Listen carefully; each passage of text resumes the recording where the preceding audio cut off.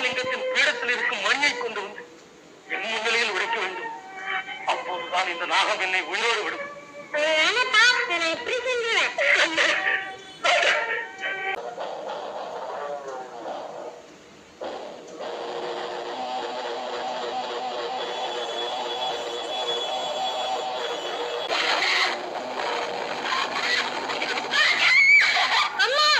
புலம்பினாலும் நான் கொண்ட எண்ணத்தை மாற்றிவிட முடியாது.